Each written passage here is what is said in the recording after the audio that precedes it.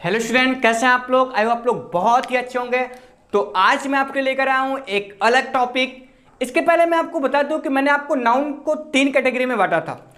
क्या क्या मैंने आपको बताया था? विजिबल, दूसरा मैंने आपको बताया था फेल्ट ऑनली, तीसरा आपको बताया था यूनिट। अगर आपको याद होगा तो मैंने आपको विजिबल और उसके साथ साथ जो आपको फेल्ट ऑनली था, इन दोनों के बारे में बहुत ही अच्छी तरीके से आपको बताया प्रीवियस वीडियोज में। तो आज मैं आपको बताने वाला हूं क्या, यूनिट के बारे में।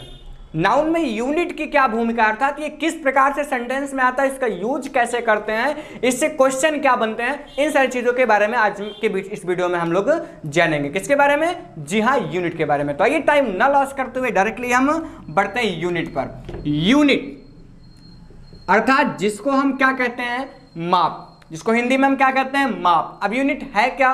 किसी भी चीज को मापने के लिए, किसी भी चीज को मापने के लिए, जैसे मान लीजिए इसकी हमें लंबाई मापनी है तो किस में मापेंगे? जी हाँ, सेंटीमीटर में या मीटर में, किलोमीटर में, वगैरह वगैरह। ठीक, तो किसी भी चीज को मापने के लिए जिस वर्ड्स का हम लोग यूज करते हैं वही आपका क्या कहलाएगा? यूनिट कहलाएगा। जैसे मान लीजिए हम लोग मिठाई खरीदने जाते हैं तो क्या करते हैं? लड्डू मान लीजिए खरीद रहे हैं तो लड्डू हम किस में मापते हैं भाई?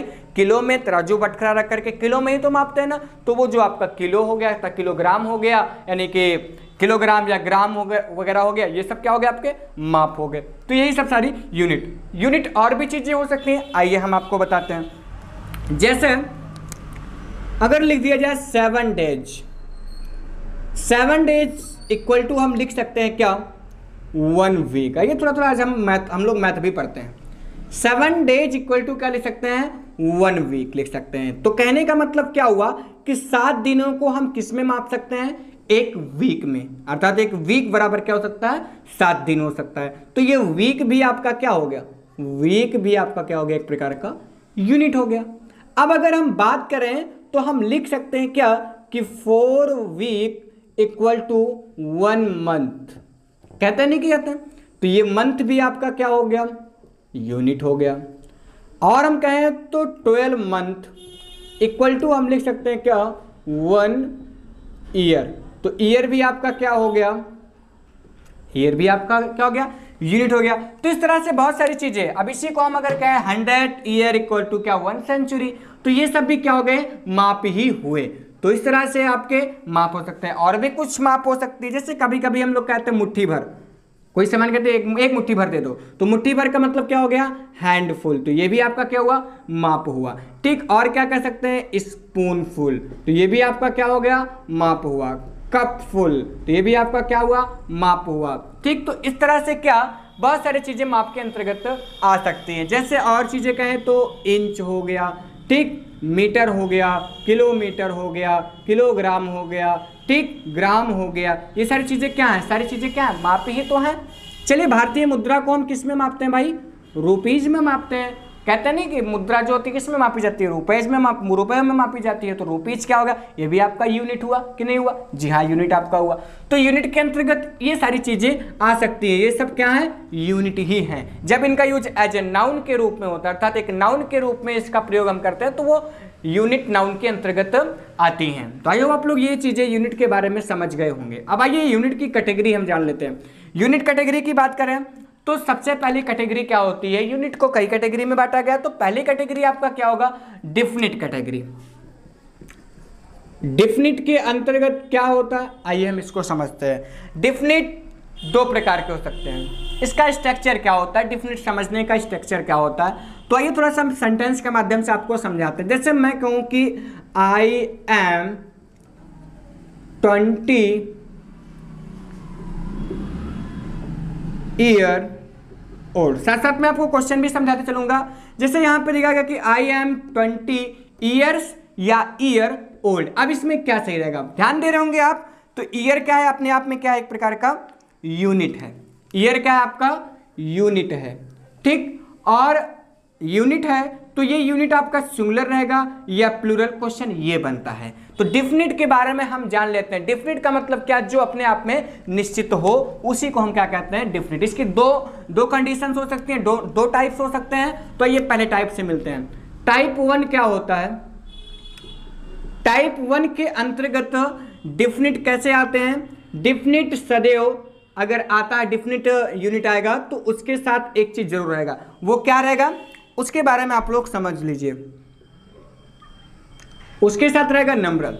न्यूमरल क्या होता है? न्यूमरल का मतलब क्या होता है कि जैसे किसी भी अंक को हम लिखने का प्रयास करें इंग्लिश में तो वो आपका क्या होगा, न्यूमरल कहलाएगा। जैसे मान लीजिए 20 को ऐसे भी लिख सकते हैं, लेकिन 20 को हमने ऐसा लिखने का प्रयास किया तो ये आपका क्या हो गया, न्यूमरल हो गया। ठीक इसी तरह से 30 को लिखना चाहें, ठीक 60 SIXTY 60, तो ये सब क्या आएगा, न्यूमरल। इसी को क्या कहते हैं हम लोग, न्यूमरल कहते हैं। अच्छा, न्यूमरल के बाद क्या आए, यूनिट आए, और यूनिट के बाद या तो कोई नाउन आए या फिर कोई एडजेक्टिव आए। ये पहला टाइप होता है किसका, डिफिनिट का। तो उस कंडीशन में क्या क्या, जब न्यूमरल हो, न्यूमरल के बाद यूनिट हो, यूनिट के बाद कोई नाउन या एडजेक्टिव हो, तो उस कंडीशन में जो आपका यूनिट है वो सिंगुलर होगा या प्लूरल, इसकी बात आती है। तो याद रखिएगा जब ऐसी कंडीशन बनती है, कैसी, जब आपका न्यूमरल दिया गया, न्यूमरल के बाद यूनिट, यूनिट के बाद नाउन या एडजेक्टिव दिया गया हो, ठीक, तो उस कंडीशन में जो आपका यूनिट रहेगा वो आपका सिंगुलर होगा। क्या होगा, सिंगुलर होगा। जैसे हमने क्या कहा कि आई एम 20 ईयर्स या ईयर ओल्ड, तो यहां पे जो आपका ईयर यानी कि जो यूनिट ईयर है ये सिंगुलर होगा कि प्लूरल, तो ये आपका क्या होगा, सिंगुलर। तो इसमें कौन सा सही होगा, जी हाँ इसमें सही होगा क्या, ईयर सही होगा, ये आपका गलत होगा। तो इसको हम कह सकते हैं आई एम 20 ईयर ओल्ड। तो याद रखिएगा कि पहली कंडीशन क्या कहती है, डिफिनिट में, डिफिनिट का पहला टाइप क्या होता है, जब न्यूमरल दिया गया हो, यूनिट दिया गया और उसके बाद क्या दिया गया हो, नाउन, अर्थात यूनिट से पहले न्यूमरल और न्यूमरल से बाद क्या हो, नाउन या एडजेक्टिव हो, तो वो यूनिट कैसा रहेगा, सिंगुलर रहेगा। देखिए यहाँ पे क्या कंडीशन वो बन रही है कि नहीं बन रही है, जी हाँ जरूर बन रही है। यहाँ आप देख पा रहे कि ये ईयर आपका यूनिट है और इसके पहले किसका प्रयोग किया गया है, न्यूमरल का प्रयोग किया गया, और इसके बाद क्या, एडजेक्टिव का प्रयोग किया गया। इसके जगह पे नाउन भी हो सकता है। कैसे हो सकता है, जैसे अगर कहूं कि आई नीड 60 इंचेज या इंच पाइप्स। पाइप क्या हो गया आपका, नाउन हो गया ना भाई। तो यहां पे देखिए क्या कंडीशन बन रहा है, यहां पे आपका ये क्या है, ये यूनिट है। यूनिट के पहले किसका प्रयोग किया गया, न्यूमरल का प्रयोग किया गया। यूनिट के बाद किसका प्रयोग किया गया, नाउन का प्रयोग किया गया। ठीक, तो कहने का मतलब क्या हुआ कि जब भी कंडीशन ऐसी बने कि यूनिट के पहले नंबरल हो और नंबरल के बाद क्या हो, नाउन या एडजेक्टिव हो, तो ये जो आपकी यूनिट रहेगी वो हमेशा क्या रहेगी, वो आपकी हमेशा सिंगुलर रहेगी। इसलिए ये सही है और ये गलत है। तो आई हो आप लोग ये पहला कंडीशन समझ गए होंगे कि डिफिनिट यूनिट के अंतर्गत डिफिनिट कैसे आता है, सदैव न्यूमरल के साथ आता है। कोई भी डिफिनिट यूनिट आएगा तो किसके साथ आएगा, न्यूमरल के साथ आएगा। अब ये नाउन या एडजेक्टिव हो या ना हो वो बात की बात है। तो पहला टाइप क्या बना कि न्यूमरल हो, न्यूमरल के बाद यूनिट हो, यूनिट के बाद क्या हो, नाउन या एडजेक्टिव, तो यूनिट आपका सदैव क्या रहेगा, सिंगुलर रहेगा। तो आई एम 20 ईयर्स या ईयर्स ओल्ड, जी आप क्या कहेंगे कि I am 20 year old. Years क्यों नहीं रहेगा, क्योंकि यूनिट से पहले अगर न्यूमरल और न्यूमरल के बाद नाउन या एडजेक्टिव आता है तो यूनिट क्या होता है, सिंगुलर होता है एज अ रूल, अर्थात एक रूल के रूप में। तो आई होप ये आप समझ गए होंगे। अगर आप इसको नोट करना चाहे तो आप लोग नोट कर लीजिए, take your time please.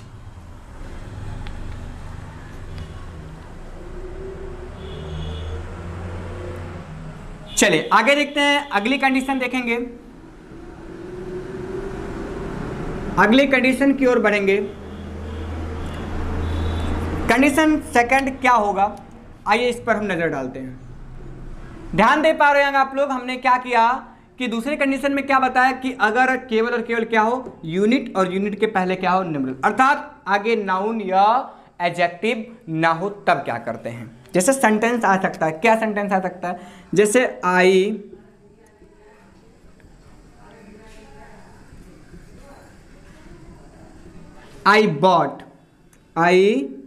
bought 10 dozens, या फिर क्या, डजन। और भी कुछ चीजें हो सकती हैं, जैसे कह सकते हैं कि ही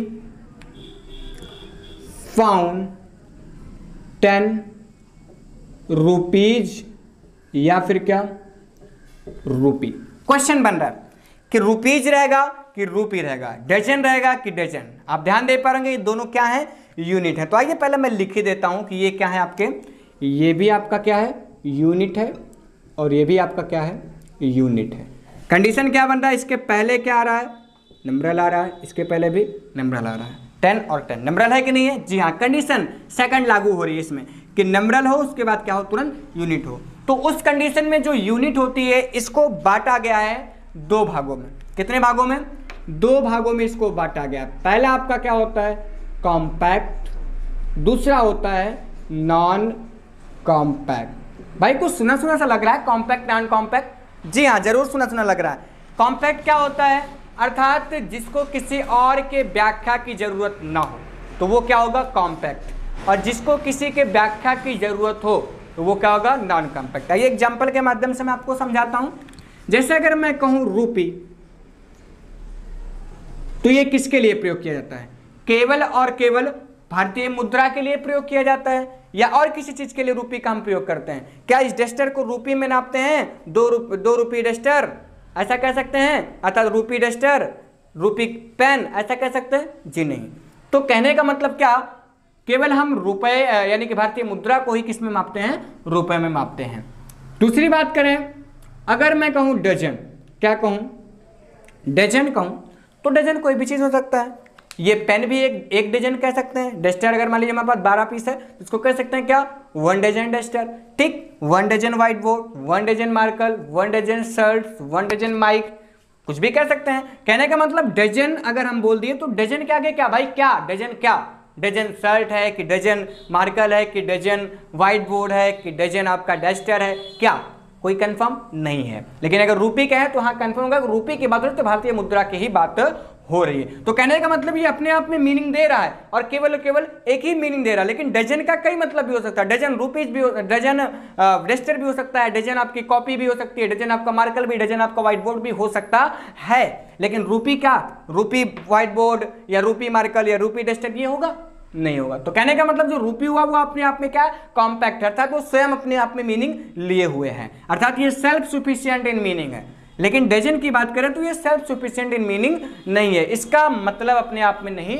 निकल रहा है। तो जो चीजें, अब बात आती है कि किसको हम प्लूरल बना सकते हैं, किसको नहीं बना सकते हैं। तो ऐसी कंडीशन जब यूनिट से पहले क्या है, न्यूमरल आए और यूनिट आपका कॉम्पैक्ट हो या नॉन कॉम्पैक्ट हो। तो कॉम्पैक्ट होता है तो क्या करते हैं, अगर आपका कॉम्पैक्ट है तो इसके साथ हम एस या एस सफिक्स करेंगे, अर्थात एस या एस जोड़ेंगे। लेकिन अगर आपका नॉन कॉम्पैक्ट है तो एस या एस नहीं जोड़ेंगे। याद रखिएगा कि अगर आपका क्या है, नॉन कॉम्पैक्ट है तो एस या एस नहीं जोड़ेंगे। किस कंडीशन में, जब आपका नंबरल और यूनिट ही केवल आए। लेकिन अगर आपका कॉम्पैक्ट है तो उसमें एस या एस जोड़ेंगे, कब, जब नंबरल और कॉम्पैक्ट आए। तो आइए अब सेंटेंस पे देखते हैं। जैसे कहा गया कि आई बॉट 10 डजन या डजन, तो 10 डजन्स रहेगा कि डजन रहेगा। डजन क्या है आपका, नॉन कॉम्पैक्ट है तो एस या एस जुड़ेगा, क्रॉस कर दिया मैंने, नहीं जुड़ेगा। इसका मतलब इसमें अगर एस हमने जोड़ दिया तो ये हमारा क्या हो गया, ये हमारा रॉन्ग हो गया, तो इसलिए ये गलत है और ये आपका सही है। आगे बढ़ते हैं, फाउंड 10 रुपीज या रूपी, तो रुपीज कहेंगे कि रूपी कहेंगे। तो आपको ध्यान होगा कि मैंने बताया कॉम्पैक्ट हो तो ये सही यस लगाएंगे, तो यहाँ पे पहले वाले में लगा तो ये आपका सही होगा, ये आपका गलत हो गया। तो ये आपका नहीं रहेगा, ये आपका रहेगा। तो आई होप आपको समझ में आ गया होगा कि कॉम्पैक्ट रहेगा किस कंडीशन में, जब केवल नंबरल और यूनिट दिया गया हो। तो कॉम्पैक्ट रहेगा तो एस एस जोड़ेंगे, नॉन कॉम्पैक्ट रहेगा तो एस एस नहीं जोड़ेंगे। तो आई होप आपको एग्जांपल के माध्यम से ये और अच्छे से समझ में आ गया होगा। इस तरह के क्वेश्चन बहुत सारे बनते हैं कि आई फाउंड 10 रुपीज या रूपी, तो कंफ्यूजन मत रहिए। कॉम्पैक्ट हो तो एस एस बेझिझक लगाइए और नॉन कॉम्पैक्ट हो तो एस एस हटा दीजिए, ठीक। तो ये चीजें आपको समझ में आ गई होंगी। डिफिनिट का टाइप इसी पर एंड होता है। 2 टाइप्स के डिफिनिट हो सकते हैं। डिफिनिट के साथ मैंने क्या पता है कि नंबरल जरूर आता है, यूनिट के साथ साथ नंबरल जरूर आता है, अर्थात कोई अगर डिफिनिट यूनिट है तो उसके साथ नंबरल जरूर आएगा, ठीक। तो नंबरल आता है तो हम जान जाते हैं क्या ये डिफिनिट है। अगर नंबरल नहीं आता तो उसका मतलब डिफिनिट नहीं है। अब आइए आगे हम बात करते हैं इनडिफिनिट की। तो इसको आप लोग नोट करना चाहिए, उसको नोट कर लीजिए, टेक योर टाइम प्लीज। आइए समझते हैं इनडिफिनिट के बारे में। चलिए मैं लिख देता हूं इंडिफिनिट। इंडिफिनिट यूनिट की बात करें तो ये कैसे आता है, देखिए ये एडजंक्ट के साथ आता है। एडजंक्ट की बात करें, जैसे मैं कहूं, अब थोड़ा सा समझ लीजिए कि अंतर क्या होता है। अगर मैंने कहा कि 10,000 रुपये, मैंने 10,000 रुपये खर्च किए, मैंने 10,000 रुपये खर्च किए, तो 10,000 रुपये, तो कहने का मतलब क्या हुआ कि ये अपने आप में फुल मीनिंग दे रहा था, तो एक कंफर्मेशन दे रहा कि हाँ 10,000 रुपये ही खर्च हुए, तो ये तो आपका डिफिनिट हो गया। लेकिन अगर मैं उसी में से 10 हटा दूं, क्या कर दूं, 10 हटा दूं, तो आपका क्या आएगा, तब आपका ये बनेगा मैंने हजारों रुपए खर्च किए कि मैंने 1,000 रुपए खर्च किए। तब आप ये कहोगे कि मैंने हजारों रुपए खर्च किए। क्या कहोगे आप, मैंने हजारों रुपए खर्च किए। तो कहने का मतलब क्या आ रहा है कि जब मैंने 10 हटा दिया, जैसे मैंने 10,000 खर्चा किया, मैंने इसमें से 10 हटा दिया, तो क्या बच रहा, 1,000 रुपए खर्च किए। तो हजारों रुपए खर्च किए, तो इसका मतलब क्या हुआ कि ये कितने हजार खर्च किए, कोई कंफर्म नहीं है, अर्थात निश्चित नहीं है। तो ये क्या हो गया आपका इंडेफिनिट। जैसे इसके क्वेश्चन कैसे बनते हैं, आइए मैं आपको समझाता हूं। जैसे अगर कहा जाए कि 100 ऑफ स्टूडेंट हैज या हैव अप्लाइड, तो यहां पे क्या ये सेंटेंस सही है या गलत है, इसके बारे में हमको समझना है। ठीक, सॉरी ये स्टूडेंट रहेगा। आइए इसके बारे में हम समझते हैं। जो इंडिफिनिट आर्टिकल का स्ट्रक्चर होता है वो कैसे आता है, इसके बारे में हम समझते हैं। इसमें क्या होता है, इसमें सबसे पहले आपका यूनिट आता है। क्या आता है, यूनिट आता है। यूनिट के बाद आपका एडजंक्ट यानी कि ऑफ आएगा, और ऑफ के बाद आपका क्या रहेगा, नाउन रहेगा। क्या रहेगा, नाउन रहेगा। तो आइए इसके बारे में समझते हैं कि क्या ये यूनिट और नाउन दोनों सिंगुलर रहेंगे कि दोनों प्लूरल, या कोई एक सिंगुलर कोई एक प्लूरल रहेगा। इसके बारे में पहले हम समझते हैं। जैसे मैंने कह दिया कि मैंने 10,000, अभी वही सेंटेंस में लेता हूं फिर से, मैंने 10,000 रुपये खर्चा किए थे, तो ये क्या हो गया, डिफिनिट हो गया। लेकिन मैंने कहा कि मैंने हजारों रुपये खर्च किए, हजारों क्या हो गया आपका, सिंगुलर की प्लूरल, जी हाँ आप कहेंगे क्या, प्लूरल हो गया। तो इसका मतलब क्या कि आपका जो यूनिट रहेगा वो क्या होगा, प्लूरल रहेगा। ठीक, तो अगर यूनिट प्लूरल है तो आपका नाउन भी क्या होगा, प्लूरल ही रहेगा। ठीक, और अगर ये दोनों प्लूरल हैं तो इसके बाद आने वाला जो हेल्पिंग वर्ब रहेगा वो कैसा रहेगा, वो भी आपका प्लूरल ही रहेगा। तो इस चीज को याद रखिएगा कि इंडेफिनिट नाउन हमेशा कैसे आता है, ये इसमें नाउन भी प्लूरल रहता है और आपका यूनिट भी आपका प्लूरल रहेगा, और आने वाला जो हेल्पिंग वर्ब रहेगा वो भी क्या होगा, प्लूरल ही होगा। अर्थात सारा काम इसमें प्लूरल से ही होना है। जैसे मैंने कहा 100 ऑफ स्टूडेंट हैज या हैव अप्लाइड इट, तो सबसे पहले तो हम ये जान लेते हैं कि डेफिनिट है कि इनडेफिनिट। इसका मतलब क्या, इसका मतलब हो गया सैकड़ों लड़कों ने, तो सैकड़ों, तो कहने का मतलब क्या, सैकड़ों हो गए। यही बात आप समझिएगा, नाउन प्लूरल क्यों हुआ इसको समझिए। जब सैकड़ों हो गए तो लड़के एक रह गए कि एक से अधिक हो गए, जी हाँ एक से अधिक हो गए। तो स्टूडेंट है यहाँ पे, मैं लड़के कह रहा हूँ, तो स्टूडेंट अर्थात विद्यार्थी, हजार यानी कि सैकड़ों विद्यार्थियों ने अप्लाइड किया, अर्थात अप्लाई किया, तो हजारों विद्यार्थी हो गया, तो विद्यार्थी भी प्लूरल हो गया और हजार भी आपका क्या हो गया, प्लूरल। आई होप आप हमारी बात को समझ पाएंगे। अगर यूनिट प्लूरल तो नाउन भी आपका क्या होगा, प्लूरल। तो यहाँ पे आपका क्या ये हो जाएगा, hundreds of students, hundreds of student, क्योंकि यूनिट भी क्या होना चाहिए, प्लूरल, नाउन भी क्या होना चाहिए, प्लूरल होना चाहिए। इसके बाद आने वाला हेल्पिंग वर्ब भी क्या रहेगा, प्लूरल रहेगा। तो यहाँ पे हैव सही है, हैज गलत है। क्या क्या इसमें करेक्शन हुआ, 100 में एस लगाएगा, स्टूडेंट में भी एस, क्यों, क्योंकि इंडेफिनिट रहेगा तो आपका क्या हो जाएगा, आपका यूनिट, नाउन और हेल्पिंग वर्ब तीनों किस में रहेगा, प्लूरल रहेगा। क्यों रहेगा, मैंने आपको बताया कि इंडेफिनिट क्या होता है, जिसमें संख्या का कोई अनुमान लगाया ना जा सके कि कितना है। मैंने कह दिया कि सैकड़ों विद्यार्थियों ने, तो सैकड़ों विद्यार्थियों में क्या हो गया, आपका कितने विद्यार्थियों कोई कंफर्म नहीं है। सैकड़ों में क्या 100 है कि 200 है, 400 है, 500 है, ठीक, 1000 है, तो कोई भी आपका कंफर्म इसमें नहीं है। तो कंफर्म नहीं है तो इसका मतलब इंडेफिनिट है, और इंडेफिनिट में यूनिट भी प्लूरल, नाउन भी प्लूरल और आपका हेल्पिंग वर्ब भी प्लूरल होगा। तो इसलिए मैंने 100 को भी प्लूरल अर्थात यूनिट को प्लूरल किया, नाउन को प्लूरल किया और हेल्पिंग वर्ब को भी प्लूरल। अच्छा ये यूनिट क्यों हो गया, क्योंकि हम इसमें किसको माप रहे हैं भाई, स्टूडेंट्स की संख्या को माप रहे हैं। तो ये संख्या का मापने का काम कर रहा है कि नहीं, संख्या को मापने का काम कर रहा है कि नहीं, जैसे 1 2 3 4 ये सब भी कभी कभी क्या ये यूनिट के अंतर्गत आते हैं। कैसे आते हैं, जब ये किसी चीज को मापने का काम करते हैं, अर्थात ये संख्या को माप रहे हैं। किसकी संख्या को,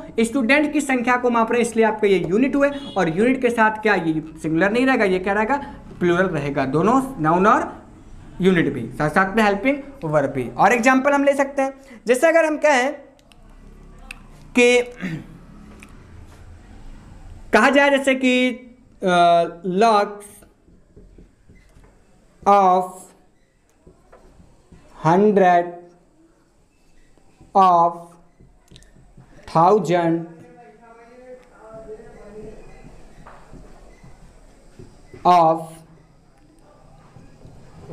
स्टूडेंट, ठीक। आगे जान ही रहे हो आप लोग, हैव ही रहेगा, हैव अप्लाइड। तो यहां हम बात ये करेंगे कि क्या ये जो श्रृंखला लिखी गई है वो सही है या गलत है। आइए मैथ में मैं आपको ले चलता हूं। नंबर सिस्टम में हम लोग क्या पढ़ते हैं, पहले क्या आता है, पहले आपका वंश आता है, फिर टेंस। चलिए हिंदी में बताता हूं आपको। पहले आता है आपका इकाई, फिर आपका आता है दहाई, फिर आता क्या सैकड़ा, फिर आता क्या हजार, 10,000, लाख, 10 लाख, ऐसे करके आता है। अर्थात जो ये संख्या बन रही है वो असेंडिंग ऑर्डर में कि डिसेंडिंग, जी हाँ आप क्या कहेंगे असेंडिंग, अर्थात बढ़ते क्रम में, पहले सबसे छोटा अमाउंट, फिर उससे बड़ा, फिर उससे बड़ा, फिर उससे बड़ा, फिर उससे बड़ा। तो उसी तरह से यूनिट भी जो आती है वो पहले क्या आएगी, वो पहले स्मॉल यूनिट आएगी, ठीक। क्या आएगी, पहले स्मॉल यूनिट, फिर उसके बाद क्या आएगी, फिर उसके बाद आपकी आएगी लार्ज यूनिट। तो ये यूनिट का सिलसिला होता है कि यूनिट को जब कभी भी हम लिखेंगे, इस टाइप का क्वेश्चन रहता है कि logs of 100 of 1000 of student, तो इसमें क्या ये श्रृंखला सही है कि गलत है, तो इसको हमें सही करना है। तो यूनिट क्या करेंगे हम, यूनिट को सबसे छोटा यूनिट जो होगा उसको पहले लिखेंगे, फिर उससे बड़ा, फिर उससे बड़ा, फिर उससे बड़ा लिखेंगे। तो आइए इसको पहले हम क्लियर कर लेते हैं। ध्यान आप ये दे रहे होंगे कि आपका इंडेफिनिट है तो सारा किस्मों से ये प्लूरल, तो सबसे पहले हम इसको प्लूरल बना लेते हैं। ये 100 हो जाएगा, ये 1000 हो जाएगा, ये स्टूडेंट्स हो जाएगा, ठीक। अब यहाँ पे इस यूनिट को हमको रीऑर्डर करना है, ठीक। तो यहाँ पे सबसे छोटा यूनिट क्या है भाई, लाख है कि 100 है कि 1000 है, जी हाँ 100 है। तो सबसे पहले हम क्या लिखेंगे 100 ऑफ, फिर क्या होता है 1000, 100 ऑफ 1000 ऑफ, फिर उसके बाद क्या लाख, फिर उसके बाद ऑफ। अब ये नाउन लिखेंगे स्टूडेंट्स हैव अप्लाइड। तो यहां आप देख पा रहे होंगे कि हमने क्या किया कि यूनिट को क्रम वाइज से कर लिया, अर्थात सबसे छोटा यूनिट सबसे पहले, फिर उससे बड़ा, फिर उससे बड़ा, फिर उससे बड़ा। तो ये सिस्टम होता है। कभी कभी इस टाइप के भी क्वेश्चन पेपर में पूछे जा सकते हैं, उसमें दे देते हैं लाख साफ, 100 साफ, 1000 साफ, करोड़ दे देते हैं, इस तरह का दे देते हैं। तो कहते हैं ये क्या सही है कि गलत, हमारा दिमाग उसी में खराब हो जाता है। करना क्या रहता है, कुछ नहीं करना, आपको करना क्या है, केवल इसको सबको आपको प्लूरल बनाना है, और बनाने के बाद क्या करना है आपको, स्मॉल यूनिट सबसे पहले, उसके बाद फिर क्या लार्ज यूनिट, फिर उसके बाद उससे लार्ज, फिर से लार्ज, फिर से लार्ज। तो कहने का मतलब सबसे छोटा क्या था इसमें 100, तो मैंने सबसे पहले 100 से लिख लिया, फिर इसके बाद फिर क्या एडजंक्ट ऑफ का प्रयोग किया गया, फिर इसके बाद 1000, फिर ऑफ, फिर लाख, फिर ऑफ, स्टूडेंट हैव अप्लाइड। ये आपका क्या हो गया, करेक्ट हो गया सेंटेंस। तो आई होप आपको ये समझ में आ गया होगा। याद रखिएगा इंडेफिनिट आर्टिकल का स्ट्रक्चर क्या, एडजंक्ट यूनिट, उसके बाद फिर एडजंक्ट ऑफ, फिर उसके बाद नाउन, ठीक। तो ये दोनों क्या होते हैं, जो आपका यूनिट होगा वो भी प्लूरल में होगा, नाउन भी आपका किस में होगा, प्लूरल। तो जब दोनों आपके प्लूरल, तो हेल्पिंग वर्ब भी आने वाला क्या होगा, सिंपल सी बात है प्लूरल होगा। तो इस तरह से ये सेंटेंस बनता है। जैसे यहाँ पे 100 ऑफ स्टूडेंट था, तो यहाँ पे 100 ऑफ स्टूडेंट्स हैव लिखा गया, ठीक। इसी तरह से इसको मैंने असेंडिंग ऑर्डर में किया, सबसे पहले स्मॉल यूनिट, फिर उसके बाद उससे लार्ज, फिर उससे लार्ज, फिर उससे लार्ज, फिर उससे लार्ज। तो ये आपकी क्या होता है, ये नंबर सिस्टम में ये फॉलो होता है, ठीक। तो ये रूल आप लोग याद रखिएगा, बहुत ही इंपॉर्टेंट रूल आपके लिए, ज्यादातर इससे क्वेश्चन पूछे जा सकते हैं। तो आप लोग इसको बढ़िया से लिख डालिए कि यूनिट को हम लोग स्मॉल लिखेंगे, फिर उससे बड़ा, फिर उससे बड़ा, फिर उससे बड़ा। और दूसरी चीज क्या कि यूनिट अगर आपकी इंडेफिनिट है तो आपका पहले प्लूरल रहेगा, यानी कि दोनों यूनिट भी नाउन भी आपके क्या रहेंगे, प्लूरल रहेंगे। तो आपका जो हेल्पिंग वर्ब रहेगा वो तो सिंपल सी बात है प्लूरल रहेगा। तो आई होप आपको ये बहुत अच्छे से समझ में आया होगा। आइए अब बढ़ते हैं नेक्स्ट टॉपिक की ओर। आप लोग इसको नोट करना चाहें तो नोट कर लीजिए, टेक योर टाइम प्लीज।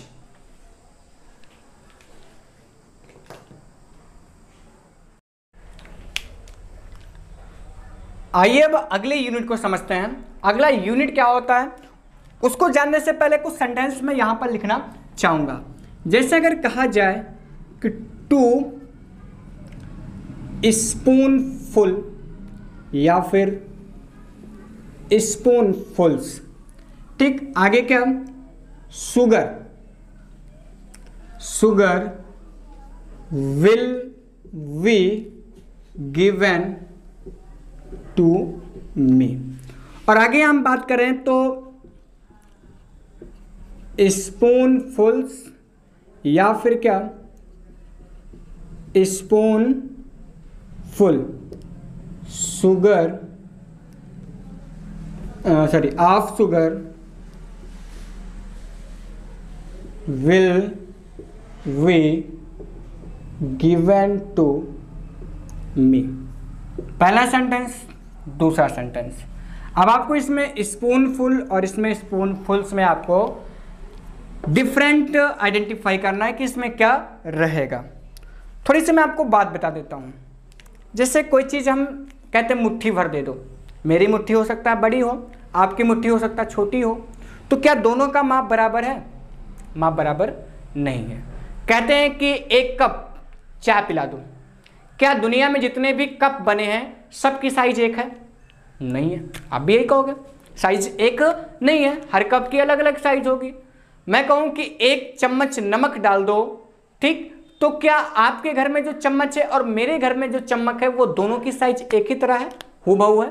हो सकता है एक ही दुकान से लिए हो तो अलग बात है, एक ही टाइप का लिए हो, बाकी तो क्या होता है ये अलग अलग ही होता है। आपके घर में भी 4 प्रकार के चम्मच रखे होंगे, सबकी साइज अलग अलग होगी। 4 प्रकार के कप होंगे तो सबकी साइज क्या होगी? अलग अलग होंगे। तो कहने का मतलब इसमें अपना कोई एक एग्जैक्ट मेजरमेंट नहीं है।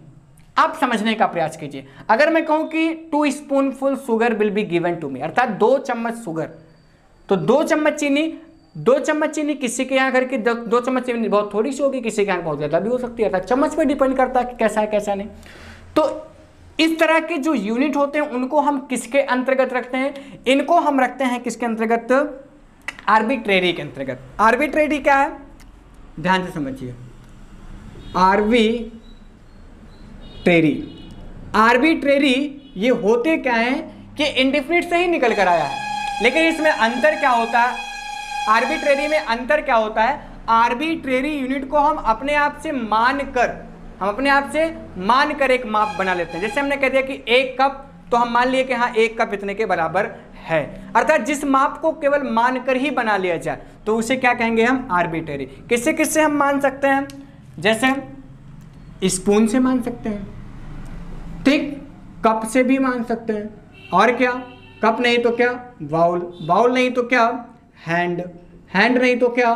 फिस्ट, फिस्ट नहीं तो क्या? यानी कि बहुत सारी चीजें हो सकती हैं। तो इन सारी चीज को हम बनाते कैसे हैं यूनिट के रूप में? इसी के साथ में हम जोड़ क्या देते हैं? फुल जोड़ देते हैं। स्पून के साथ जोड़ दिए फुल तो spoon full, cup full, bowl full, hand full, fist full, ठीक। तो कहने का मतलब आर्बिट्रेरी होता क्या है कि जब कभी किसी माप को हम केवल मान लेते हैं, क्या 1 चम्मच भर, 1 कप भर, उसको क्या माना ही तो जा रहा है ना, कोई एग्जैक्ट उसका है नहीं। जब इस तरह से कोई माप जो माने जाते हैं उसे हम किसके अंतर्गत रखते हैं? आर्बिट्रेरी के अंतर्गत हम रखते हैं। इसको कैसे बनाते हैं? जिस यंत्र से या जिस चीज से हम मापते हैं उसी के आगे क्या जोड़ देते हैं? फुल। वैसे तो ये जानिए कि फुल जोड़ने से एडजेक्टिव बनता है। जैसे ब्यूटी, ब्यूटी आपका नाउन है, ब्यूटी में फुल जोड़ दिया तो हमने क्या प्राप्त कर लिया? ब्यूटीफुल। लेकिन यहाँ पे कंपाउंड नाउन का यूज किया गया। कंपाउंड नाउन अगर आप लोगों ने बात सुनी तो आपको कुछ हो रहा होगा। क्या हो रहा होगा? मैंने आपको बताया था कि जब 2 या 2 से अधिक वर्ड्स मिल करके एक साथ एक नए वर्ड्स को तैयार करते हैं और उसकी मीनिंग एक अलग होती है तो उसे ही क्या कहते हैं? कंपाउंड नाउन, जिसको समास कहते हैं। क्या? जब 2 या 2 से अधिक वर्ड एक साथ मिल करके एक नए शब्द को बनाते हैं और उस नए शब्द का अलग अपना मीनिंग होता है तो उसी को हम क्या कहते हैं? कंपाउंड नाउन कहते हैं। तो यहाँ पे ये कंपाउंड नाउन का यूज किया गया, अर्थात ये आपका क्या कंपाउंड नाउन ही कहलाएगा, क्योंकि 2 वर्ड्स मिल करके क्या एक नए वर्ड्स को बना रहे, इसका नया अर्थ निकल रहा है। स्पून फुल तो चम्मच भर, कप फुल तो कप भर, ठीक, बाउल फुल, तो इस तरह से हो सकते हैं। अब बात ये आती है कि ये एस लगाना सही होगा कि गलत होगा, क्वेश्चन यहाँ पे आता है। तो याद रखिएगा, पहले तो हम यहाँ पे ये आइडेंटिफाई करेंगे कौन सा इसमें डिफिनिट है कौन सा इनडिफिनिट है। बात हम कर रहे हैं यहाँ पे क्या? टू आपका क्या है? ये आपका क्या है? न्यूमरल है, ठीक। और इसके बाद स्पूनफुल आपका यूनिट है और इसके बाद क्या आ रहा है? शुगर आपका क्या हो गया? नाउन हो गया। तो ये आपको ये सेंटेंस देख करके कुछ हो रहा है, मुझे तो हो रहा है। मैंने आपको पहले बताया था कि नंबरल के साथ केवल और कौन सा यूनिट आता है, जो आपका डिफिनिट होगा, जो आपका डिफिनिट यूनिट होगा वही आपका नंबरल के साथ आता है। ठीक, तो ये आपका क्या हो गया, ये आपका डिफिनिट है, पहला डिफिनिट है, याद रखिएगा। दूसरा आपका क्या, इसमें डायरेक्टली यूनिट आ गया, यूनिट के बाद एडजंक्ट ऑफ का यूज हुआ, उसके बाद नाउन का यूज हुआ। तो कहने का मतलब ये कौन सा हुआ, ये आपका हो गया क्या, ये आपका हो गया इनडिफिनिट हो गया। तो याद रखिएगा कि जब डिफिनिट होगा, एस कब लगाएंगे, जब आपका डिफिनिट यूनिट होगा तो उसके साथ हम एस या एस नहीं लगाएंगे। और अगर आपका इनडिफिनिट हुआ, क्या हुआ, इनडिफिनिट हुआ, तो यस या एस लगेगा। तो ये आपका क्या है, डिफिनिट। और वैसे भी मैं आपको बताऊं तो मैंने पहला रूल सबसे पहले यही बताया था कि नंबरल, यूनिट और नाउन का स्ट्रक्चर हो तो आपका यूनिट किस में रहेगा, सिंगुलर रहेगा। तो इसलिए इसमें क्या, स्पूनफुल सही है, ना कि स्पूनफुल। तो ये आपका क्या होगा, ये रॉन्ग होगा। तो सेंटेंस क्या सही होगा, 2 spoonful sugar will be given to me. आगे हम बढ़ते हैं, ये आपका इनडिफिनिट है, और इनडिफिनिट में मैंने आपको बताया था कि यूनिट भी प्लूरल और आपका नाउन भी प्लूरल। तो इसमें स्पूनफुल शुगर्स, तो ये जो सिंगुलर आपका आया हुआ है ये आपका गलत होगा। क्या सही होगा, spoonfuls of sugars will be given to me. ठीक, तो आई होप आपको ये समझ में आएगा। ध्यान दीजिएगा, ये शुगर में एस नहीं लगेगा। क्यों नहीं लगेगा, क्योंकि जो शुगर आपका है ये आपका अनकाउंटेबल नाउन है, और अनकाउंटेबल नाउन में हम यस यस नहीं लगाते हैं, सफिक्स नहीं करते। तो ये शुगर आपका अपने आप में क्या, प्लूरल ही है, समझिए। तो आगे क्या, स्पूनफुल्स ऑफ शुगर रहेगा। क्यों, क्योंकि आपका क्या है, इनडिफिनिट। तो इनडिफिनिट रहेगा, इनडिफिनिट यूनिट रहेगा तो एस या एस लगेगा, और इनडिफिनिट नहीं रहा अर्थात डिफिनिट रहेगा तो एस एस नहीं लगेगा। इसलिए यहाँ से हमने एस एस को हटा दिया, इसमें लगा दिया। तो आयो आपको समझ में आ गया होगा। तो याद रखिएगा, फिर से मैं आपको बता देता हूँ कि आर्बिट्रेरी रहेगा, आर्बिट्रेरी यूनिट है, अर्थात जिसको हम केवल मानकर ही माप बना लेते हैं। तो उस कंडीशन में अगर आपका डिफिनिट यूज किया गया है तो वो डिफिनिट के रूप में आया हुआ है तो यस यस नहीं लगेगा, और अगर वही चीज अगर इनडिफिनिट के यूज के प्रयोग में आया है तो उसमें यस यस लगेगा। तो ये चीज आप लोग बहुत ही अच्छे से समझ जाइए, बहुत अच्छे से इसको नोट कर लीजिए, इसकी नोट्स आप छोटी छोटी बनाते चलिएगा। ठीक, तो आई आपको ये समझ में आ गया होगा। आप लोग इसको नोट करना चाहें तो इसको नोट कर ले, टेक योर टाइम प्लीज।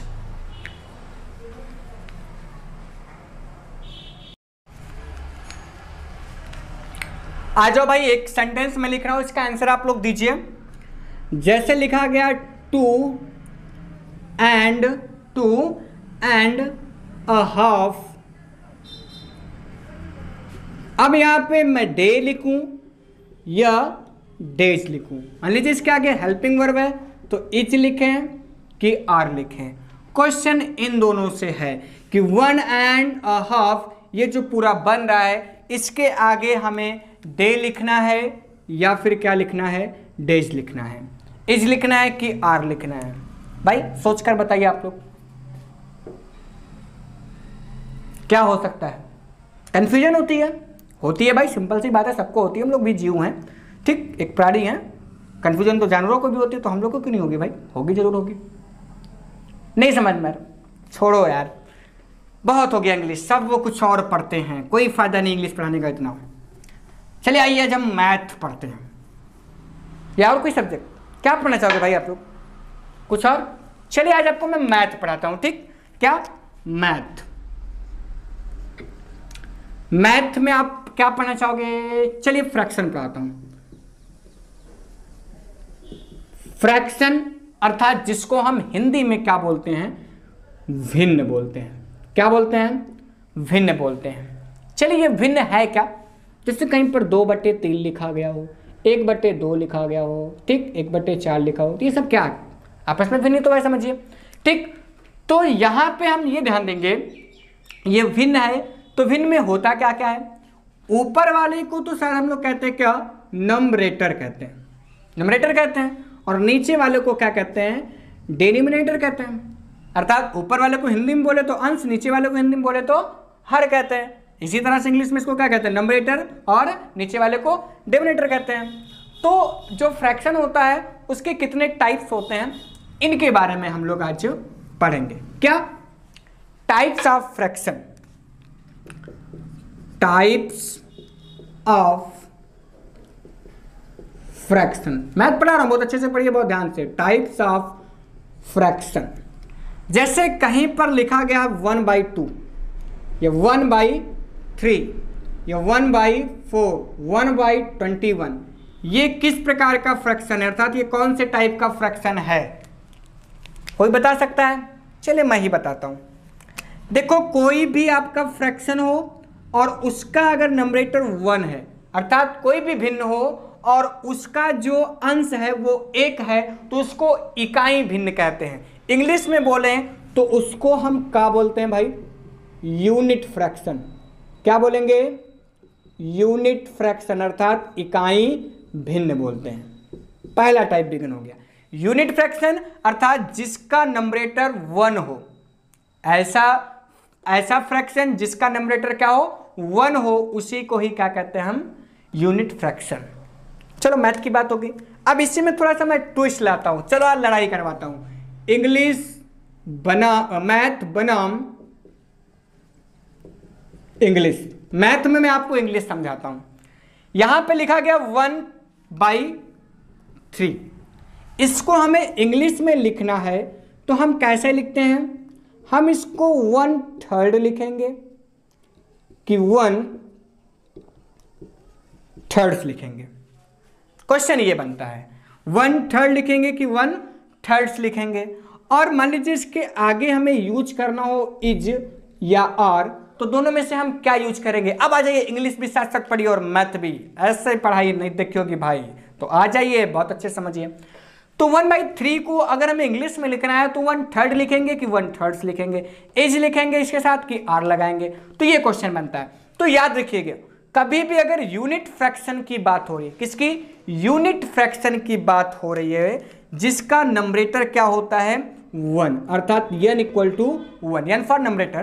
तो नंबरेटर जिसका क्या हो? 1 हो, तो वो हमेशा और हमेशा क्या रहेगा?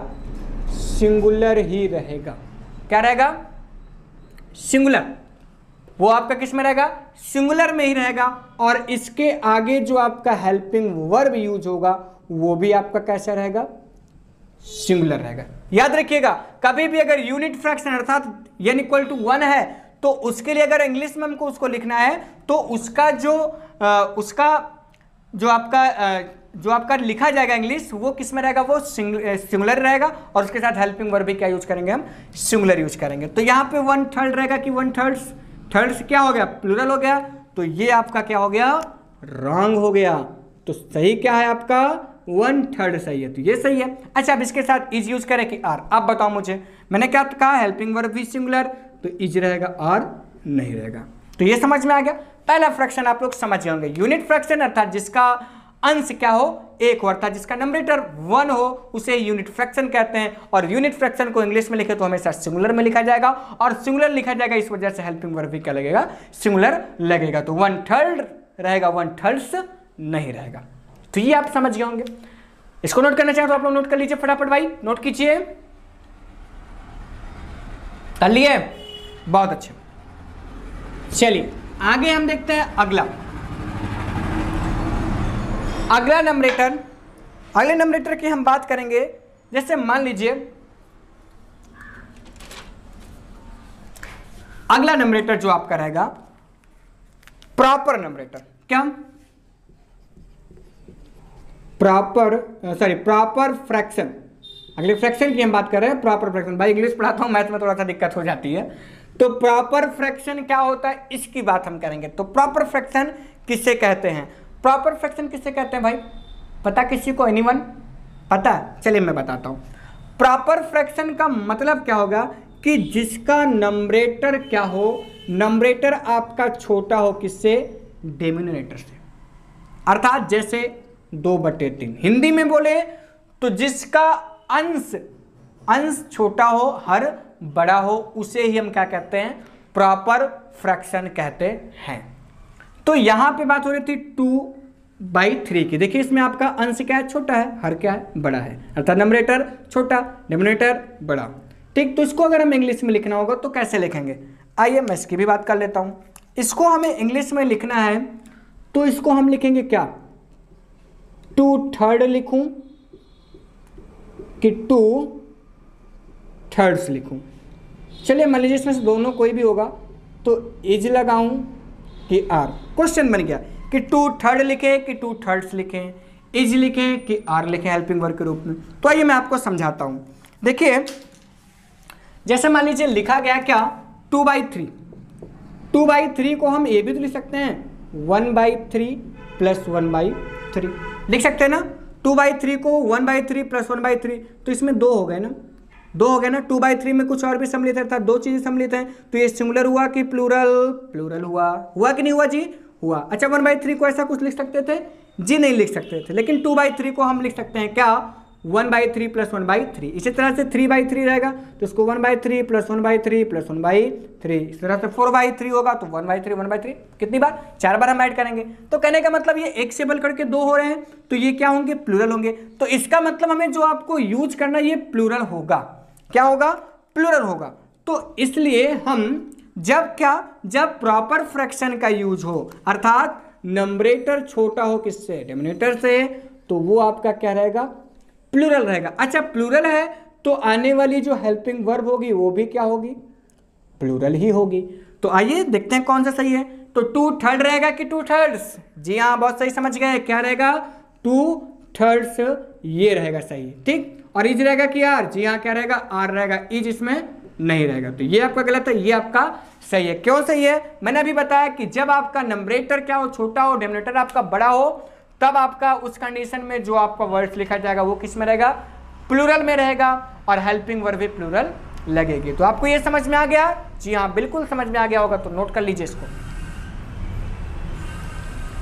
नोट कर लिए। चलिए आगे हम बताते हैं अगला। मैथ के साथ साथ आज हम लोग इंग्लिश का भी मजा ले रहे हैं। तो आइए अगला जो होता है क्या?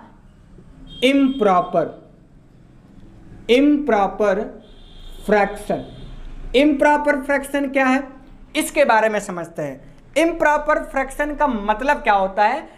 उल्टा सेम, प्रॉपर का सेम उल्टा। प्रॉपर में क्या था? नंबरेटर क्या था? छोटा था। लेकिन इसमें नंबरेटर क्या होता है? नंबरेटर बड़ा होता है, डिनोमिनेटर क्या होता है? छोटा होता है। अर्थात जैसे हम कहें 5/3, तो इसमें क्या 5 आपका क्या है? बड़ा, अर्थात अंश बड़ा हर छोटा, तो इम्प्रॉपर। अंश बड़ा और हर छोटा तो क्या होता है? इम्प्रॉपर। इस कंडीशन में इसको हम क्या लिख सकते हैं? इस कंडीशन में थोड़ा बड़ा लिखता हूं, 5/3 कि 5/3 इज या फिर आर, ये आप हमें बताएंगे। देखिए अभी आप कहोगे क्या? बहुत ही अच्छा कॉन्सेप्ट है, समझ लीजिए। जैसे 5/3 है तो इसको 1/3 प्लस 1/3 प्लस 1/3 प्लस 1/3 प्लस 1/3 लिख सकते हैं? नहीं लिख सकते हैं भाई? लिख सकते हैं, जरूर लिख सकते हैं। इसको सब ऐड करेंगे तो 5/3 तो ही तो आएगा। तो कहने का मतलब क्या, इसमें क्या एक ही फ्रैक्शन है कि कई फ्रैक्शन है? जी हाँ, कई फ्रैक्शन है। और कई फ्रैक्शन हो गया तो ये क्या हो जाएगा? जी हाँ, ये हो जाएगा क्या? प्लूरल हो गया। तो प्लूरल अर्थात जब कभी भी यन आपका क्या हो? बड़ा हो, डी छोटा हो, तो यूज क्या किया जाएगा? प्लूरल यूज किया जाएगा। आने वाला हेल्पिंग वर्ब क्या रहेगा? ये भी आपका प्लूरल ही रहेगा। तो ये देखते हैं इसमें क्या सही है क्या गलत है। 5/3 लिखा जाएगा कि 5/3 लिखा जाएगा? जी हाँ, क्या लिखा जाएगा? 5/3 लिखा जाएगा। तो कहने का मतलब क्या, इसमें क्या सही है आपका? इसमें आपका सही है क्या 5/3, ये आपका सही है और ये वाला आपका गलत है। इज रहेगा कि यार? जी हाँ, आर रहेगा। क्यों? क्योंकि ये प्लूरल तो हेल्पिंग वर्ब भी प्लूरल। तो जिस तरह से प्रॉपर होता है उसी तरह से आपका क्या है? इम्प्रॉपर। दोनों सेम प्रोसेस है, तो दोनों में ही क्या रहेंगे? दोनों ही आपके क्या रहेंगे? प्लूरल रहेंगे, और हेल्पिंग वर्ब भी क्या लगेगा? प्लूरल रहेगा। अब आइए कॉन्सेप्ट पे, जो मेन कॉन्सेप्ट आपका होने वाला है, इसको नोट कर लीजिए फटाफट भाई। जो मेन कॉन्सेप्ट है उसको समझना है। आप लोग भी सोच रहे होंगे भाई इंग्लिश में कैसे मैथ पढ़ाने लगा? तो मैथ क्यों पढ़ाने लगा? मेरा मतलब मैथ पढ़ाना नहीं है, मेरा मतलब है कॉन्सेप्ट क्लियर कराना। इसलिए मैं इन सारी चीजों को बता रहा हूं। कभी कभी क्वेश्चन बन जाता है कि 5/3 लिखूं कि 5/3 लिखूं, क्वेश्चन बन के आता है, ठीक। 5/3 इज अ फ्रैक्शन, तो वहां पे क्या रहेगा? इज रहेगा कि आर रहेगा कि 5/3 रहेगा कि 5/3 रहेगा? तो ये क्वेश्चन बन सकता है, इसलिए मैंने आपको ये मैथ का सहारा लिया आपको ये समझाने के लिए। तो मैथ नहीं पढ़ा रहा हूं आपको, इंग्लिश ही पढ़ा रहा हूं, बस शर्ते थोड़ी सी उसमें मैथ की ट्वीट्स है, समझिए और पढ़िए। लिख लिए? जी हाँ लिख लिए होंगे। आइए मिटाता हूं इसको।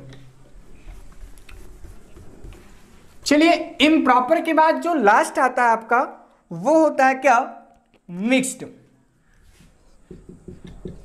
Mixed fraction.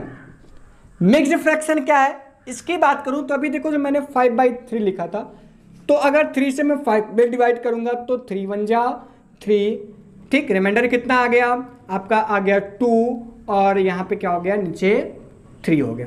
तो 5/3 को इस तरह से हम लिख सकते हैं, या फिर इसको और क्या लिख सकते हैं, 1 + 2/3 लिख सकते हैं। लिख सकते हैं कि नहीं लिख सकते हैं, जी हाँ जरूर लिख सकते हैं, 1 + 2/3 लिख सकते हैं, ठीक। तो ये आपका क्या हो गया, इस तरह का जो फ्रैक्शन बनता है उसे हम कहते हैं मिक्स्ड फ्रैक्शन। जैसे 1 / 2/3, 2 / 2/3, 3 / 3/4, तो इस तरह का जो आपका फ्रैक्शन बनता है उसको हम क्या कहते हैं, मिक्स्ड फ्रैक्शन। अब आइए इसको हम इंग्लिश में कैसे लिखेंगे, जैसे कुछ और भी चीजें मैं ले लेता हूं, जैसे यहां पे क्या है 1 एंड, इसको कैसे इंग्लिश में लिखते हैं, 1 एंड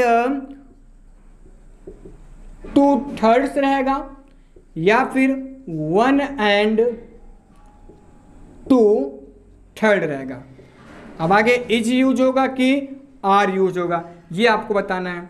चलिए इस पे अभी हम आते हैं, इसके पहले और कुछ चीज जान लेते हैं। अभी जो मैंने सबसे पहला क्वेश्चन आपको दिया था क्या, 2 एंड अ हाफ, 2 एंड, इसको कैसे लिखेंगे, 2 / 1/2, इसी को तो कहते हैं 2 एंड हाफ। तो 2 एंड अ हाफ डेज मान लीजिए इसके आगे जुड़ा हुआ है, तो ये डेज रहेगा, या फिर 2 एंड अ हाफ डे रहेगा। और इसके आगे क्या इज यूज होगा कि आर यूज होगा, ये आपको बताना है। तो आइए हम समझते हैं इसको बहुत ही गहराई से। देखो हमने लिखा क्या, 1 एंड 2/3, तो 1 है और साथ साथ में क्या है 2/3 है। अच्छा इसको ऐसा भी सकते हैं 1 + 1/3 + 1/3। तो क्या एक फ्रैक्शन है कि कई फ्रैक्शन है, जी हाँ कई फ्रैक्शन है। तो ये क्या हुआ, प्लूरल हुआ कि नहीं हुआ, ये आप मुझे बता दो, हुआ कि नहीं हुआ, जी हाँ हुआ। प्लूरल हुआ तो आने वाली जो हेल्पिंग वर्ब होगी वो भी क्या होगी, प्लूरल होगी कि नहीं होगी, जी हाँ जरूर होगी। तो कहने का मतलब आपको समझ में आ गया होगा कि मिक्स्ड फ्रैक्शन भी रहे, क्या रहे, मिक्स्ड फ्रैक्शन रहे, तब भी आपका जो लिखा जाएगा वो किस में रहेगा, प्लूरल में, और हेल्पिंग वर्ब भी किस में रहेगा, प्लूरल में ही रहेगा। तो 1 एंड 2/3 लिखेंगे कि 1 एंड 1/3 लिखेंगे, तो 1 एंड तो क्या लिखेंगे 1 एंड 2/3, तो कौन सा गलत है, नीचे वाला आपका गलत है। अच्छा इज रहेगा कि आर रहेगा, भाई ये प्लूरल तो हेल्पिंग वर्ब भी प्लूरल, तो इज नहीं रहेगा। आगे देखते हैं 2 and a half days, question पे जो मैंने पहला क्वेश्चन आपसे पूछा था, यही क्वेश्चन क्या था, 2 एंड अ हाफ डेज या डे, प्लूरल है इसलिए यहाँ पे डेज रहेगा, अर्थात यहाँ पे डे नहीं रहेगा। तो नीचे वाला आपका क्या हो गया, सेंटेंस रॉन्ग हो गया, और इज की आर तो क्या रहेगा, आर। तो इस टाइप का क्वेश्चन पेपर बनता है। तो इसी चीज को समझाने के लिए, इसी को 2 एंड अ हाफ डेज को समझाने के लिए, भी एक प्रकार का यूनिट है, इसी को समझाने के लिए मैंने ये सारी कहानी रची, जिसमें मैंने आपको फ्रैक्शन बताया। तो क्या बताया, यूनिट फ्रैक्शन तो सिंगुलर, हेल्पिंग वर्ब भी सिंगुलर, इम्प्रॉपर या प्रॉपर रहता है या मिक्स्ड रहता है, तीनों की मैं बात कर रहा हूं। इम्प्रॉपर, प्रॉपर या मिक्स्ड रहेगा तो वो सदैव क्या रहेगा, प्लूरल रहेगा, और उसके साथ हेल्पिंग वर्ब भी क्या रहेगा, प्लूरल। केवल और केवल अगर आगे 1/3 लिखा जाता है, 1/3 आ गया, अर्थात कहने का मतलब यूनिट फ्रैक्शन का यूज हुआ है, तभी और तभी केवल आपका क्या रहेगा, सिंगुलर, नहीं तो सिंगुलर नहीं रहेगा। तो आप याद रखिएगा, मिक्स्ड, इम्प्रॉपर, प्रॉपर के साथ क्या, प्लूरल, और हेल्पिंग वर्ब भी प्लूरल, और केवल यूनिट फ्रैक्शन के साथ ही क्या हम लगाएंगे, सिंगुलर का यूज करेंगे, और हेल्पिंग वर्ब भी सिंगुलर यूज करेंगे। तो इसी को मैं समझाने की कोशिश कर रहा हूं। इस टाइप का सेंटेंस अक्सर मिल जाता है, 1 एंड अ हाफ डेज, तो 1 एंड अ हाफ डेज रहेगा कि डे रहेगा, तो 1 एंड हाफ डेज, क्योंकि दो चीजें देखो मिल गया, 2 अ हाफ डेज, तो यहाँ डेज रहेगा। क्यों रहेगा, मैंने आपको बता दिया कैसे रहेगा, मैंने आपको समझा दिया था कि 2 + 1/2, तो अर्थात दो चीजें, दो फ्रैक्शन हुआ तो आपका प्लूरल हो गया, हेल्पिंग वर्ब भी क्या लगेगा, प्लूरल। तो आई होप आपको ये बहुत अच्छे से समझ में आ गया होगा। तो नोट कर लीजिए, देख क्यों रहे हो, नोट कीजिए, take your time please.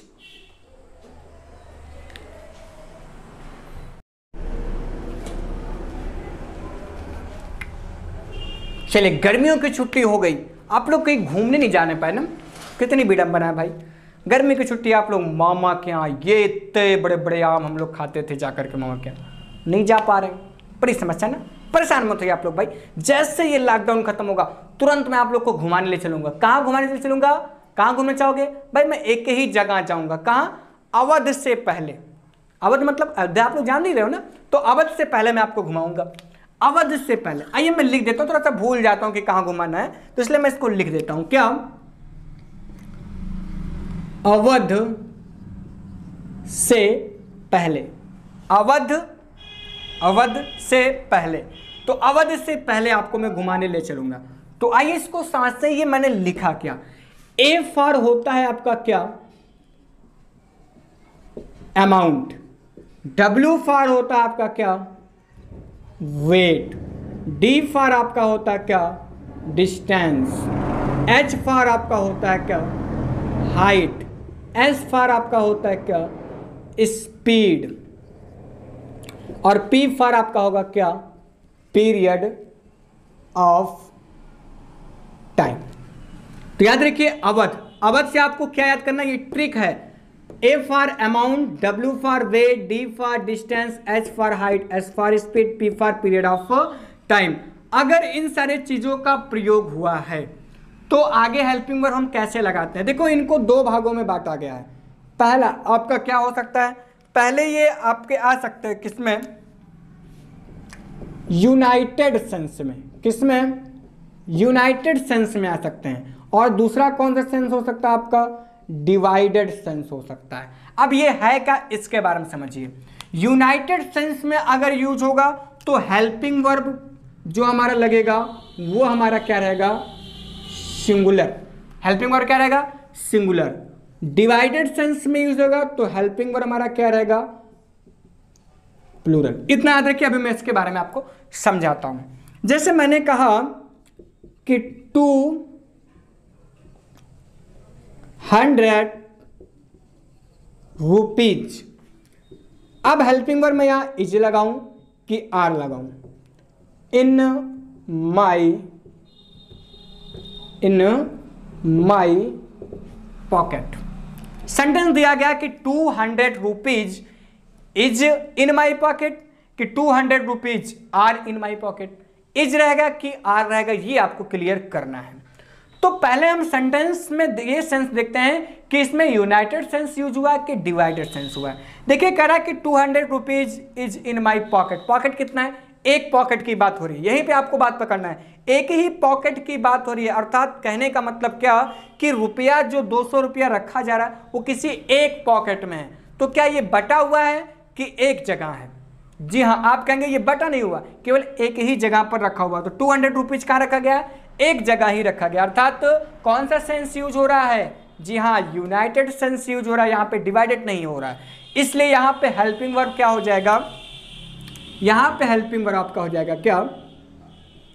Is. यानी कि यहाँ पे आर नहीं रहेगा, तो यहाँ पे हम क्या लिख देंगे? Is in my pocket. चलिए अब डिवाइडेड सेंस की बात करूं, जैसे अगर कहा जाए कि वही सेंटेंस फिर मैं बताता हूं आपको। 200 रुपीज इज या आर इन माई पॉकेट्स। थोड़ी सी चेंजिंग किया मैंने, यहां पॉकेट था, यहां पे मैंने पॉकेट्स कर दिया। तो पॉकेट्स का मतलब क्या? कई पॉकेट हो गए। तो कई पॉकेट हो गए तो इसका मतलब क्या? जो रुपया है वो डिवाइड हुआ है कि यूनाइट हुआ है, अर्थात इसको एक ही जगह रखा गया कि कई जगह।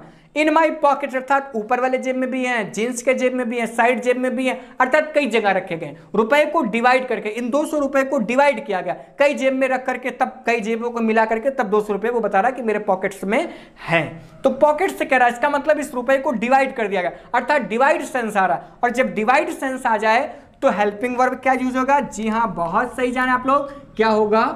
प्लूरल। अर्थात यहां क्या हो जाएगा? आर। और यहां क्या हो जाएगा? इज हुआ था। क्यों? क्योंकि यहां पे यूनाइटेड सेंस है। यूनाइटेड सेंस होगा तो क्या होगा? यूनाइटेड सेंस होगा तो हेल्पिंग वर्ब सिंगुलर रहेगा, और आपका अगर डिवाइडेड सेंस होगा तो हेल्पिंग वर्ब प्लूरल होगा। तो याद रखिएगा। और एग्जांपल से अगर हम समझना चाहें तो अच्छा ये बताइए क्या है? 200 रुपीज क्या है? ये अमाउंट है, वेट है, डिस्टेंस है, हाइट है, स्पीड है कि पीरियड ऑफ टाइम है? जी हाँ, ये क्या है? आपका अमाउंट है। तो अमाउंट की बात की जाए तो ये दो भागों में होते हैं, यूनाइटेड सेंस देते हैं और कुछ डिवाइडेड सेंस। अगर यूनाइटेड सेंस में यूज हुआ है तो सिंगुलर हेल्पिंग वर्ब, और डिवाइडेड सेंस में यूज हुआ तो प्लूरल हेल्पिंग वर्ब यूज होगा। कुछ और सेंटेंस से हम मिलेंगे, आइए जानते हैं। जैसे कहा जाए कि 2 किलोमीटर्स, मैंने सेंटेंस लिखा है यहां पे क्या, 2 किलोमीटर इज या are easy to cover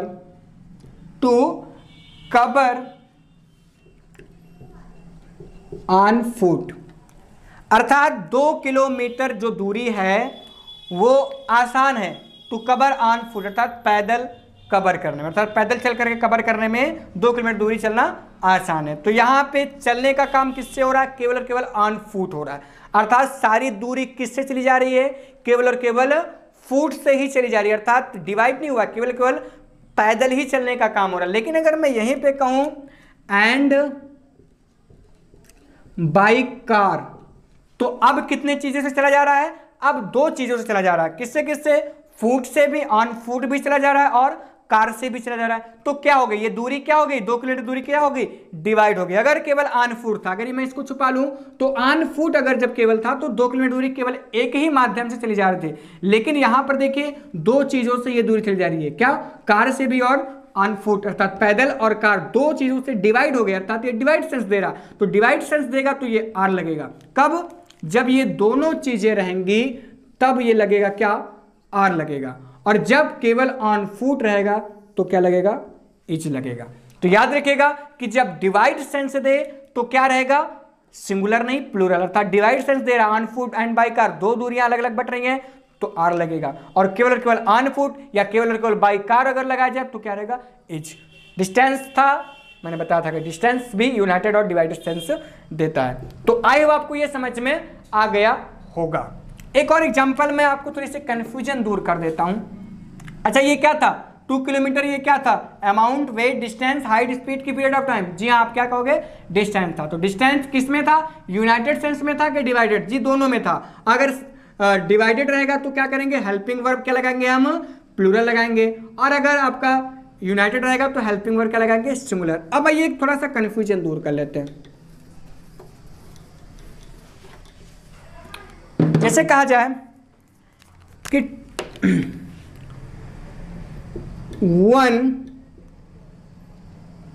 100 books is या आर इन माई कॉलेज, या फिर क्या, कॉलेज, या मैं कह दूं क्या, इन माई कॉलेज, यहां रहने दीजिए। तो 100 बुक्स इन माई इज या आर इन माई कॉलेज। तो आपका दिमाग क्या जाएगा, आपका दिमाग जाएगा कि यहाँ पे तो कॉलेज में ही रखने की बात हो रही है, अर्थात कई जगह पर बुक बटा नहीं है, तो कई जगह पर बुक बटा नहीं है तब तो यहाँ पे आपका यूनाइटेड सेंस दे रहा, यही सोच रहे होगे ना। चलिए मैं आपकी थोड़ी सी कंफ्यूजन और करवा देता हूँ।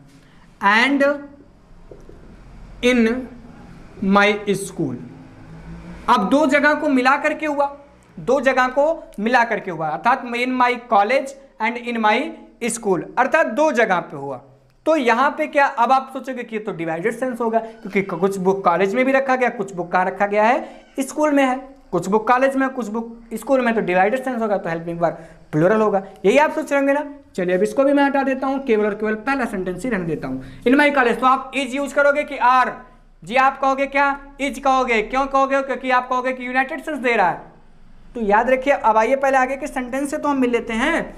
100 बुक, ये क्या है, अमाउंट है, अमाउंट है नहीं है, अमाउंट का रुपए पैसे का होता है, वेट है नहीं है, डिस्टेंस है नहीं है, हाइट है नहीं है, स्पीड है नहीं है, पीरियड ऑफ टाइम है नहीं है। भाई ये सारे चीजों में से नहीं है तो इस पर ये रूल लागू नहीं होगा, ये चाहे आपका यूनाइटेड सेंस दे रहा हो चाहे डिवाइडेड सेंस दे रहा हो, सब कंडीशन में ये क्या रहेगा, केवल और केवल आर का ही प्रयोग किया जाएगा। क्यों, क्योंकि 100 बुक्स अपने आप में क्या है, प्लूरल है, तो यहाँ पे हेल्पिंग वर्ब भी क्या होगा, प्लूरल। तो याद रखिएगा केवल ये नियम जो मैंने आपको यूनाइटेड और डिवाइडेड का सेंस का जो नियम आपको बताया वो किस पर लागू होगा, अवधि से पहले पर ही लागू, अर्थात amount, weight, distance, height, speed, period of time पर ही लागू होगा। अगर इनके अतिरिक्त कुछ और है तो वो सब्जेक्ट के ऊपर निर्भर करता है कि आर लगाएं कि इस लगाएं। तो याद रखिएगा अमाउंट रहेगा, वेट रहेगा, डिस्टेंस रहेगा, हाइट रहेगा, स्पीड या पीरियड ऑफ टाइम रहेगा, तो अगर यूनाइटेड सेंस दे रहा है तो सिंगुलर हेल्पिंग वर्ब और डिवाइडेड सेंस दे रहा है तो प्लूरल हेल्पिंग वर्ब।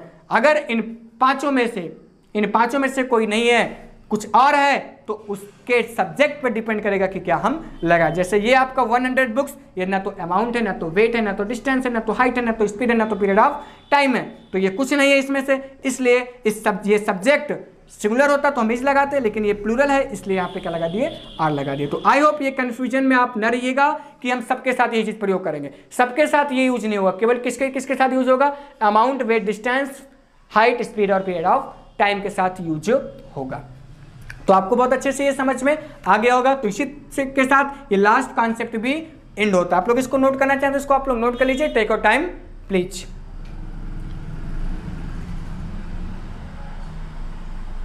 चलिए नोट कर लिए होंगे। तो इस तरह से मैंने आपको बताया कि ये अगर पांचों चीजें हैं तो यूनाइटेड सेंस में हेल्पिंग वर्ब सिंगुलर और डिवाइडेड सेंस में हेल्पिंग वर्ब प्लूरल। मैंने आपको बाय एग्जांपल भी आपको समझा दिया गया, आपको आई होप आपको बहुत अच्छे से समझ में आ गया होगा। तो इसी के साथ आज की वीडियो की एंडिंग होती है। तो मैंने आपको बहुत सारी चीजें यूनिट से संबंधित आपको बहुत सारी चीजें जानकारी में दी। तो आप लोग इन सारी चीजों का एक नोट्स बना डालिए। नोट्स बनाओगे तो मान लीजिए आज आप भूल भी जा रहे हो, कॉन्सेप्ट है फिलहाल भूलना तो नहीं चाहिए, लेकिन शायद आप लोग अगर भूल जा रहे हो, आपका सेंस उतना वर्क नहीं कर रहा है, तो आप इसको नोट्स बना करके रखिए जिससे कि आपको आने वाले फ्यूचर में आप इसका फायदा ले सको। यही सारी चीजें आप लोग जाओगे, यही सारी चीजें पढ़ाने के लिए बहुत ज़्यादा फीस, एक बड़े अमाउंट की फीस लेते हैं और यही सारी चीज़ें आपको पढ़ाते हैं। मैं आपको क्या कर रहा हूँ, फ्री में निःशुल्क आपको ये पढ़ाने की कोशिश कर रहा हूँ, आपको बहुत अच्छे से जानकारी देने का प्रयास कर रहा हूँ। तो ये जो आपको जानकारी मिल रही है आप उसको एकत्रित कीजिए, एक नोट्स बनाइए। जितनी भी चीज़ें मैंने आपको पढ़ाया उसकी सारी एक नोट्स बना के रखिए। मेरी 101% गारंटी है कि आपकी सारी चीज़ें बहुत अच्छे से समझ में आई होंगी और बहुत अच्छे से आप लोगों ने सारे कॉन्सेप्ट को समझा भी होगा। तो कॉन्सेप्ट याद रखिए, मैं बार बार हर वीडियो में यही चीज़ कहता हूँ कि कॉन्सेप्ट अगर आपको समझ में आ रहा है तो कॉन्सेप्ट से याद किया हुआ कोई भी चीज़ भूलता नहीं है। और रटने से आप कोई चीज़ याद करते हो तो आप लोग रट करके याद करोगे तो आप उसको भूलोगे। तो इसी के साथ वीडियो की एंडिंग होती है। अंत तक वीडियो के साथ बन रहने के लिए बहुत बहुत धन्यवाद। जाते जाते एक चीज़ मैंने आज नहीं कहा, क्या नहीं कहा भाई, लाइक कीजिए, कमेंट कीजिए और शेयर कीजिए। साथ ही साथ चैनल को सब्सक्राइब कीजिए। अगर अभी तक आप लोगों ने मेरे चैनल को सब्सक्राइब नहीं किया है तो आप लोग इसको सब्सक्राइब जरूर कीजिए। और साथ ही साथ कमेंट में मुझे लिखकर बताएं कि ये जो कॉम्बिनेशन था जिसमें मैंने आपको मैथ और इंग्लिश के साथ साथ यूनिट के बारे में बहुत सारी जानकारियां दी, आपको ये वीडियो कैसी लगी तो ये भी आप मुझे कमेंट बॉक्स में लिखकर बताएं। तो इसी के साथ वीडियो की एंडिंग होती है। बहुत बहुत धन्यवाद वीडियो के अंत तक बने रहने के लिए।